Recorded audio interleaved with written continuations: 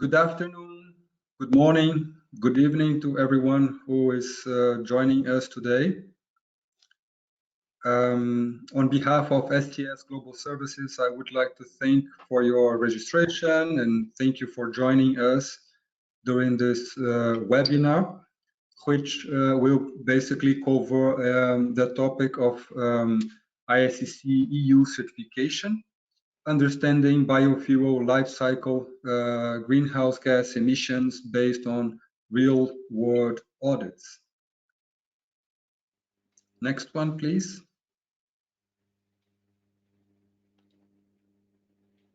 So today we will share this presentation. My name is Gustavo Bacchi and I'm based in Germany. My role at SCS is Business Development Director for Europe. And Miguel Ruiz, our expert in auditing ISCC and other biofuels standard, will talk about GHG verifications and key aspects of this important requirement of the Renewable Energy Directive. Next one, please. Yes. So before we jump into our topic of our webinar today, I would like to give a quick overview of SCS Global Services, which is an international organization providing third-party sustainability certification, consulting, and standard development. We are certifying thousands of organizations, and nowadays around 30,000 certificates are issued in 125 countries, benefiting more than 15,000 clients, corporate governments, and NGOs. We have 40 years of experience in this activity, and auditors are present in all major markets. Next one, please. Also important to share with you that SCS has different divisions taking care of different specific activities, starting with certification, verification, and auditing, an independent third-party organization. SCS also has a dedicated activity related to development of standards. This is operated by SCS Standards. Within the consulting division, SCS provides several services related to carbon-related services and also corporate reporting, among other services as well. And more recently, SCS also established the SCS Global Registry, which is dealing basically with climate mitigation projects and offsetting, insetting, and carbon credits. Next one, please. So our reach is global. And as I mentioned before, SCS is offering services worldwide, and here you can see which sectors or which industries are covered by our services. So from textile, climate change, corporate sustainability, food consumer labels, food safety, fuels and transportation. This is the topic of our webinar today, and many other options, as you can see here in this picture. Next one, please. And here we can also see the key services organized within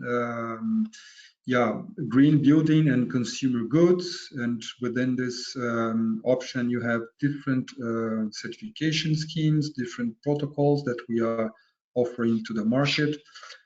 Food and ag, natural resources and energy, and here is the topic of today. So renewable energy and biofuels belongs to this group of services, and also corporate sustainability. Next one, please. Our global reach, this can be showed in this slide.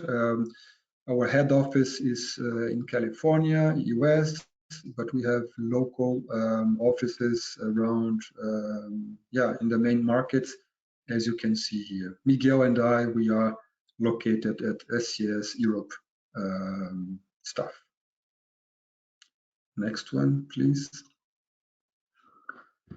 Now jumping into the topic of our webinar today, I would like to give only a brief introduction of the EU Renewable Energy Directive regulatory framework. And with this graph, I would like to show with you from where comes the current regulation. So started in 21 with the Directive 21/77, and then after that we had the RED 1 directive published in 2009, and currently we are under the scope of the RED 2 published in 2018. So this is a quick overview of the evolution or of the development of the EU Renewable Energy Directive. And more recently, we had in 2019 the Green Deal regulatory framework also published. Next one, please. So in this year, we had the agreement communicated increasing the targets within this regulation by 2030 of at least 42.5%, but aiming 45%. And once this process is completed, the new regulation will be adopted. The energy policy framework for the 2030 and post 2030 period is currently under discussion. So we will see developments and amendments and implementing acts being published, and this is something that is very important to follow very close and also to understand the implications for the certification process. So now in practice we are under the transition between the RED 2 into the RED 3, and we see that given the trend of the electrification of the road transport, that the real demand will be concentrated in biofuels driven by SAF and marine fuels, especially after implementation of new technological pathways with a huge potential for growth, which we can see on the next slide. Just one example of a forecast of the development of this sector. So this is a forecast for the development of the sustainable aviation fuels, and here you can see some projections made by the European Commission for the 2050. So all in a nutshell, we see a huge potential for development of this market, and certification is crucial to access this market. So that's why we decided to share with you a little bit of our internal knowledge regarding this important piece of this regulation, which is the greenhouse gas emissions calculation. So with that, I would like to hand over now to Miguel, who will dive into the technical details about this topic. Thank you. Okay. Thank you very much, Gustavo, for this clear introduction. So as you say, quantification of the carbon footprint of a biofuel requires a full knowledge of the supply, which in a simplified representation can be divided into two main stages. So first is the feedstock sourcing, where the raw material is originate, can be at the farm, plantation, forest level, or also originate as a waste from a process at any stage of the supply chain. Second stage is where raw material or waste and residue are transformed to intermediary or final products and distributed to final users. What is relevant from a GHG accounting perspective is that each of these stages generate emissions, which are expressed in CO2 equivalents, that needs to be accounted from the beginning to the end of the supply chain. So in other words, EU RED compliant fuels must encompass full life cycle GHG emissions. So to do that, the EU RED provides a methodology for the calculation of the carbon footprint of the biofuel, which can be summarized in the formula below. Each of the elements of the formula is relevant for a specific stage of the supply chain. Added together, they produce the greenhouse gas impact on a life cycle basis. For example, at the feedstock sourcing, the emission linked to the raw material production, land use change, soil carbon accumulation, they are calculated. Whereas at the processing and distribution stage, the emission linked to the transport processing, carbon capture and fuel in use are determined. Finally, note that all the emissions are expressed in grams of CO2 per megajoule of biofuel or bioliquid in that case. In contrast, it's important to note that in the waste and residue supply chain, materials are considered free of emission at the point of origin. So moving on to the first stage, which is the feedstock sourcing at the farm level. The calculation formula for the elements EEC includes the terms which correspond to the production of fertilizer, which is applied in the field, the direct indirect field emission, which are linked to the utilization of this fertilizer, the consumption of the emission linked to the production of the products that are used for plant protection purpose, or also the consumption, the emission linked to the production and use of the energy vector that are used for the machinery, for example, diesel, electricity, and so on. The sum of all these terms is then divided by the crop yield and expressed in kilogram of CO2 per ton of product. So added together, the common pitfalls that we found in this at this stage of the supply chain, we can name as, for example, incomplete the input inventory for the raw material production, that the yield is not expressed on the right basis. There is an erroneous calculation of the CO2 equivalents for the total N2O emissions. Also, we found that sometimes there is an incorrect selection of the emission factor for the fertilizer, or also that the electricity consumption of the storage places, the silos or other temporal storage places for these products, they are not included.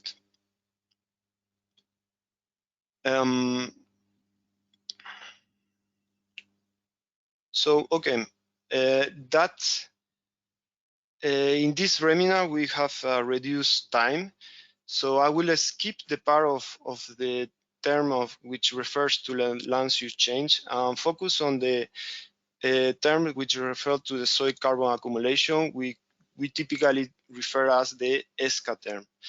As you may know, the EC Regulation 22/996, also known as Implementing Act, lays down implementing rules to ensure that the verification of the sustainability criteria, the GHG savings, and the low ILUC risk biofuel. So because of the relevancy in terms of the audit procedure, we like that today we make a point on this new rule for the verification of the GHG saving, and particularly on the determination of this ESCA term. So according the Annex 5 of the Implementing Act, we specify the methodology for determining the emission saving from soil organic carbon accumulation via the improvement agricultural management, such as the zero tillage, the improved crop rotation, cover crops, and so on, by introducing a significant variation in the calculation of the carbon stock change, which is defined by the terms CSA and CSR, which refer to the referent and improved condition at a different time horizon. As you probably know, there are currently 3 methods allowed to determine CSR and CSA, which are based on the IPCC 2006 Tier 1 method, sock field measurement or sock field measurement plus sock field sequestration modeling. What is new is that from January 1st, 24, the IPCC 2006 Tier 1 method is no longer accepted, but instead other existing methods can be potentially used to estimate the sock accumulation at the different time horizons, provided that the model allows the calibration with real data, with data from the field measurements. So nonetheless, and according to the Implementing Act, is the voluntary scheme who must issue the detailed guidance on the application of this methodology, and particularly on which of the soils of the sock models that are going to be accepted. As I showed you previously, there are a few of them, different dates, but we don't know which of them are going to be finally accepted or not. So this is something that we as certification body, we are waiting for guidance from the voluntary scheme, in that case ISCC. Then there is also, we request guidance on how there is in this new implementation act, there is an implicit requirement on the long-term commitment of the biomass producer, and we consider that can be in conflict with the business as usual contract that we have seen in this sector. So this is something that we would like also the voluntary scheme to clarify. Okay, so next step. If we move to the next step of the stage of the supply chain, there is processing, transport, and the final use of this biofuel. I will stop one moment to talk about a key document of the certification, that is the Sustainability Declaration and the Proof of Sustainability. As you may know, this document, they are used to communicate the information between the operator, and particularly the greenhouse gas information. An operator will place along all the supply chain till the final user, final consumer of the biofuel. So typically, regarding exclusively the content which is related to the greenhouse gas in these documents, we typically found that there is an incomplete information regarding the material scope. There is a part of section 2 of this sustainability declaration. We need just there is the need is the scope that needs to be defined. So there is we think that because of lack of training of the people who is filling these documents, we typically found errors at that level, which are considered a major non-conformity, which are serious. So related to that is the incorrect classification of the material as a waste of a residue, for example, or things very simple, like, for example, the transport distance are not included in these documents. So moving on, now we move to really the heart of the supply chain. This is the processing unit. The emissions which are linked to the processing stage, they are calculated as the sum of the emission of the energy and material streams that are consumed in the process, plus the emission of the waste and dispose treatment of the emission generated during the treatment of these waste that are generated during the process. So altogether, the emissions are divided by the product yield, which leads to a unit of kilogram of CO2 per ton of dry product. So typical pitfalls that we found at that stage are, for example, that the emission factor of the auxiliary energy stream, they do not consider life cycle. That, for example, electricity, natural gas, they do not consider the full life cycle of this material. That the emission source, they are not well documented, or also they can be out of date. This is relevant for electricity, considering the evolution of the market of the electricity market in some countries. Also, that not all the auxiliary material stream they are included, as well as, for example, we found aggregation in the greenhouse gas values. As you may know, under URED, the rule is that when there is batch disaggregate, is the last performing batch who determines the final value. Also, we found sometimes that allocation is not on an energy basis. Okay, so moving on to the last stage of the supply chain, that is, well, transport can be upstream, downstream, but is the final producer level, the last stage. So the common pitfalls that we found at that level is that the transport mode select do not correspond with the reality. For example, a transport by train that's happened that was selected as an electric train, when in reality the line of transport is only allows to diesel train to run there. Or also, for example, that upstream emission to the collecting point are not included of the material. We found also that erroneous or incomplete information in the sustainability in the sustainability declaration and proof of sustainability. I will remark that this is can be a major critical non-conformity for ISCC if the information is forward downstream the supply chain. Then for final biofuels producer, what we found is that sometimes the emission linked to the final transport leg, they are not included in the final transport and distribution leg, that are not included.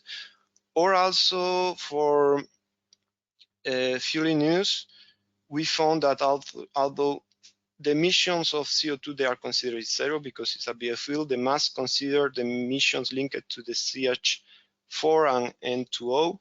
For that is the case exclusively for bioliquids and biomass fuels. Okay, conclusions. So we think that the increase in the demand of the EU RED compliance fuels is an evidence, it's real, it's happening. Is also followed by a strengthen in the sustainability requirements, which are linked to the raising in the targets from a regulatory point of view. As Gustavo said, from RED 2 to RED 3 thresholds are going to be increased for many activities. We do think that GHG calculation must encompass full life cycle emissions. This is a must under EU RED, and this is one of the main aspect that we checked during the reviews. We think that the ESCA audit procedure, well, we think no, we are waiting for guidance on how to perform this audit of the ESCA term. We are still waiting. I think the next movement is probably Q1 24. We will hear something from ICC. Not sure. Typical pitfalls in the GHG calculation include, for example, that incorrect boundaries, incomplete, inaccurate emission factors, and also wrong allocation methods for biofuels. And we insist, we are fully convinced that people who is building these models, they should follow a specific training on the GHG. But know also the people that it's filling this document, but also the people who is working with this document on a daily basis. With that, I think I'm finished my part, and I would like to thank you everyone from your attendance. Gustavo, with that, I think we open the pool for the questions. Exactly, Miguel. Thank you for this very nice presentation. And we already have some questions here in our questions window. And the first question is, how similar is the model for determining a CI score for ISCC as compared with a domestic market such as CARB? Question from Brian Robinson. Thank you, Brian. Well, thank you, Brian, but I'm not aware of the specifically of the CARB system. So I'm afraid I cannot give you an answer for that because I don't have full knowledge of what is inside the CARB system. So my suggestion would be, Brian, if you could be a little bit more specific, we will be happy to answer your question. If we don't have time during this session, please send your question per email, and then we will be happy to reply to you. I think there is a one hand raised there. Exactly, there is one hand raised here. Let me Charles Sign.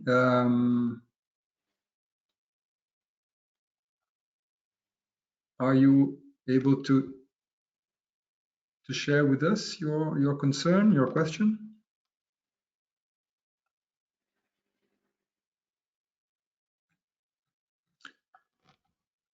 If you could type on the yeah, it's coming. The second question here from Kian Huipe. Is a biofuel 20% mixed with fossil fuel 80%? How do we calculate the GHG reduction? And then the same person asked, is it linear? Well, my first answer would be, are she referring to the mixing of final biofuels? I'm not sure I got it totally the answer, the question. So typically when you aggregate batches of sustainable or ICC or EU RED compliant biofuel, what the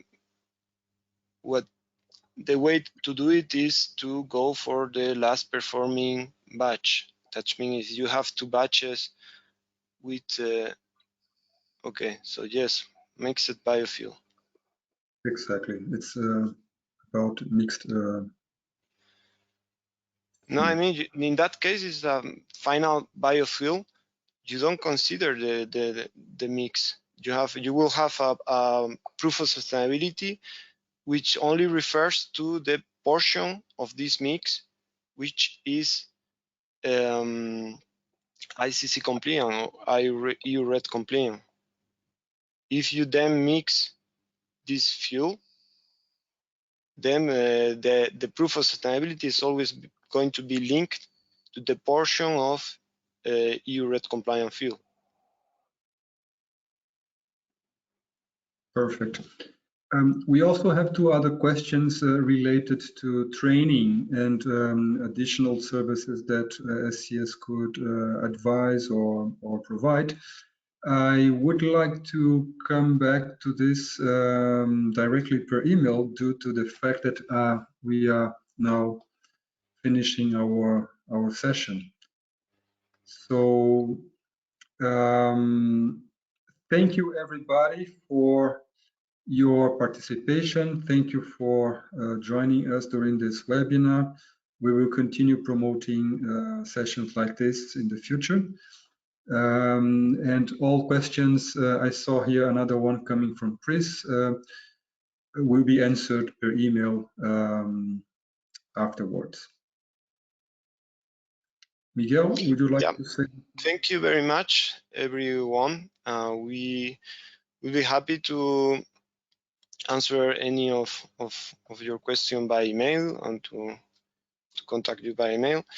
And yeah, it was a pleasure to talk with you and to explain this part of which can be sometimes complicated, but indeed is very simple.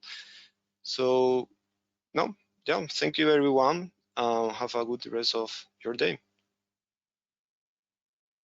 Thank you everyone. See you in the next webinar. Bye.